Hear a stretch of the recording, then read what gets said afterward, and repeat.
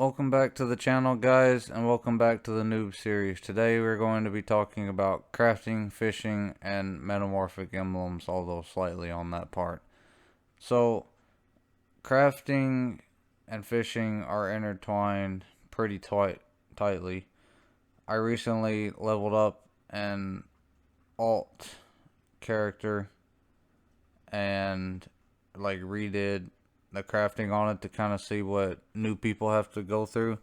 And even in stuff like processing and smelting, it required me to fish. So let's jump right onto that. First thing you need to know is that crafting merchants are located only in the major cities, which are going to be Velica, Alamanthea, Kaiator, and Highwatch. Unfortunately, I didn't think to run to the areas where they're located. But I'm sure if you ask global or something, or the local chat, they can probably guide you to where they are if you don't know where they're at, or maybe you just want to explore on your own, or if you're really having trouble and nobody's helping you, you can DM me on Discord and I'll try to help you. So anyway, these merchants, they are going to be where you get your crafting designs. Not all of them. You can buy some off broker, but for the most part, they're at least where you're going to get your basic crafting designs, and they're where you're going to buy your crafting kits. Crafting kits are a staple to almost every crafting design with the exception of the cooking category, and they cost like 1.7 gold, a little more than 1 gold a piece, just enough to throw you off because Tera. But anyway, as you can see in processing, and this goes for smelting as well, you see two different golden derrick and golden plate designs. One of them does not require skill or requires less skill, and they consume more crafting points. And one of them, the cheaper one specifically, is what I'm referring to. It requires more points to craft, and it does not craft as many. It might be tempting as a new player to try and go the cheap way and just buy that cheap one. But I promise you it is not worth it. You will absolutely go bankrupt in the long run. Crafting points are very hard to manage in this game. For one, anytime you gather, you're using the same points. Gathering and crafting uses the same pool of points. And the only way to restore those points is going to get very expensive. You restore those points through metamorphic emblems, which I'll show later in the video. But anyway, the way you level up crafting is some of the skills, like in smelting and processing, we're going to be referring to the ingots and the calyxes. Those do not take any skill to craft. You can just buy those designs and the kits and then go gather the stuff and you can craft them without any prerequisite things. So every time you craft one of those, it's going to give you like a certain amount of skill points, and you'll do that until you hit level 500 in whatever category you're targeting. Once you hit level 500, you'll be prompted to take a test, and the test will require you to craft specific items. Now, when I leveled up smelting again, one of the items that required me to craft was a level 1 fishing crate, which required me to go fishing. So I had to go do that, and I will show fishing up here in just a bit. And we're looking at cooking here as well. We're going to save cooking till a little bit later in the video because it's heavily dependent on fishing as well. Cooking typically is not a good starting crafting option if you're new. It's very smart to go for smelting or processing, and then you'll use an alt character to do cooking or alchemy. Cooking is still useful, it's just not as important or immediately beneficial as smelting. I highly recommend brand new players choose smelting and then use cooking on an alt. And we'll come back to cooking. So anyway, if you're a brand new player, you're probably going to have to go use this Vanguard request here. That there is a Vanguard request for fishing. and I'm going to show you where it's going to teleport me to. It teleports me to this dude in High Watch, and he has a quest that he offers you. I mean, you don't have to take it as long as you like, kind of get the shit from the merchants that you need. But anyway, he has a quest and he has a teleport option. For simplicity, I just choose the first teleport option because that is like the starting fishing area. It's a lot of noobs there or whatever. Just to kind of show y'all, as I'm going to show y'all the fishing merchants. There's quite a few fishing related merchants as well. So I'm going to load in, and the first merchant that I'm going to go to is the Federation Resource Management or something like that. This is the guy that will purchase your fishing crates that you craft. Now you can craft more than 2 per day, but you can only sell 2 fishing crates to this guy per day. I don't know why. It's a very, very low amount, but you can only sell 2 to him a day. This chick here is the fishmonger. This is the one that you will sell the fish themselves to. Like you catch fish, you can sell them to her for gold, and she'll give you gold. This guy, you see the starting rod, the starting bait, the fishing area teleport scrolls, and then you also see some cooking ingredients here. And we'll kind of come back to that later when we talk about cooking again. And then finally, the other guy offers you rods that you can actually upgrade, and as well as starting bait designs, and the fishing crate designs. The bait designs and the fishing crate designs, as well as these rods, have to be purchased with angler tokens, which is why you have to use the old fishing rod from the previous merchant when you're starting out. You'll use the old fishing rod till you get enough angler tokens to catch till you get enough angler tokens to buy a better rod, one of those ones that you can upgrade. So you'll take the rod and you'll go fishing. When you fish and you catch a fish, you will get the fish as well as an angler token. You can get multiple angler tokens depending on the level. Like if you upgrade your rod, you're going to catch bigger fish and you'll get more tokens per fish. But the way you catch a fish is it'll bite the rod or whatever, and you'll see me do one on the screen. But basically there'll be a box and a fish, and then you have to hold down X or the equivalent button for Xbox. You hold that button down and the fish will start moving to the right, and you try to keep him in the box. Now, quick tip for new players, there are these giant golden fish that are a thing in the game, and your rod will like glow gold and stuff, and your controller will vibrate. And a lot of players panic on this fish when they're starting out, because, and this also applies to higher level fish as well. But eventually, even if you're holding down the button, eventually the fish will force itself to go back to the left, and you kind of just have to work with it. Don't panic. It's just kind of part of it. It makes it more difficult. So even if you're holding the button down, it will eventually go back to the left. It's not a bug. It's not a flaw. It's a feature. You know what I mean? So don't panic and try to manage it and keep it in the box. Just kind of push it forward once it stops going backwards, and you'll learn it eventually. So right here, I'm showing the metamorphic emblems. The way you get these is by dismantling enchantment resources, like materials that you would need for gear. If you dismantle them, then you get metamorphic emblems, and then you can spend so many metamorphic emblems to get aged Elanus tears or Elanus tears. What these do is they restore your crafting points, that way you can craft more. Now, as a new player, you're probably not going to be doing this very much because you need all of the resources you need for your weapons. When you reach a higher state of the game, then you'll find yourself with extra enchanting materials that you don't need anymore, at which point you'll dismantle those and you'll use them for tiers to restock your crafting points, because otherwise it takes a long time for them to recharge.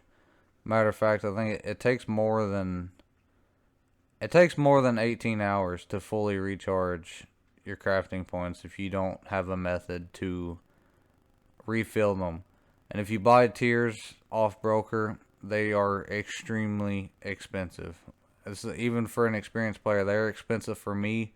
So they're like not even an idea. It shouldn't even be an idea for new players because there's no way you're going to be able to afford it. Now, doubling back to cooking, the reason I separated cooking is because of its heavy dependence on fishing, as well as the fact that you do not have to master it um, in order to reap the full benefits of it.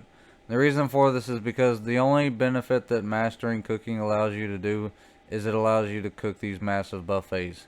The problem with these buffets is that combined with the amount of stuff they take because of the amount of buffs they give, some of the buffs they give negate speed runs. Therefore, elite players are not going to be looking to buy these, and they're not cost effective for like just casual runs.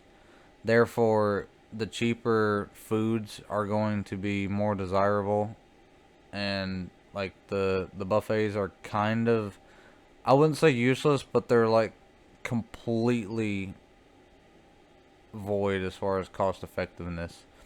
Um, so you only have to get your cooking to artisan, and in order for it to be useful for you to reap benefits of it. Um, the main foods that you're gonna be trying to craft when you cook are going to be fish fritters, fish steaks, and then you want to be able to craft root beer.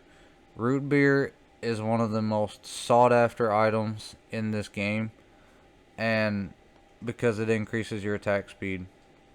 It's sought after by elite players and casual players alike, and it's pretty easy to craft. Once you, it's hard to get to where you can craft it. I remember it taking me a while to level up my cooking, but once you get there, root beer itself is not terribly hard to craft, and it's pretty cheap to craft and in very high demand, so it's also profitable. If you don't want to use it yourself, it is very profitable.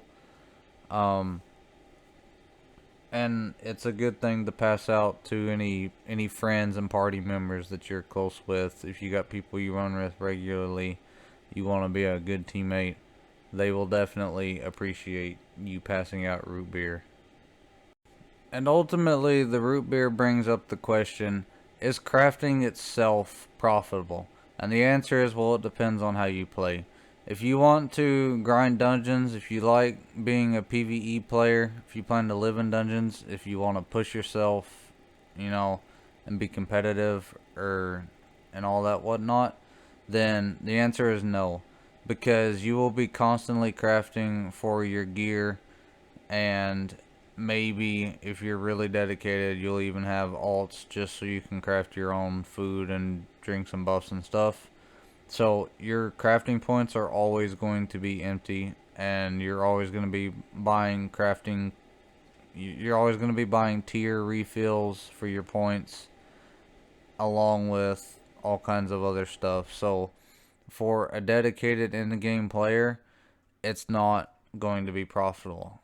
Now, on the flip side, if you're going to be a social butterfly, run casually, don't care about the food buffs, don't care about pushing your gear past a certain point, and you're satisfied with just running around with low level gear, then absolutely crafting can be profitable. If you just want to be you know, a merchant or something like that, crafting definitely can be profitable.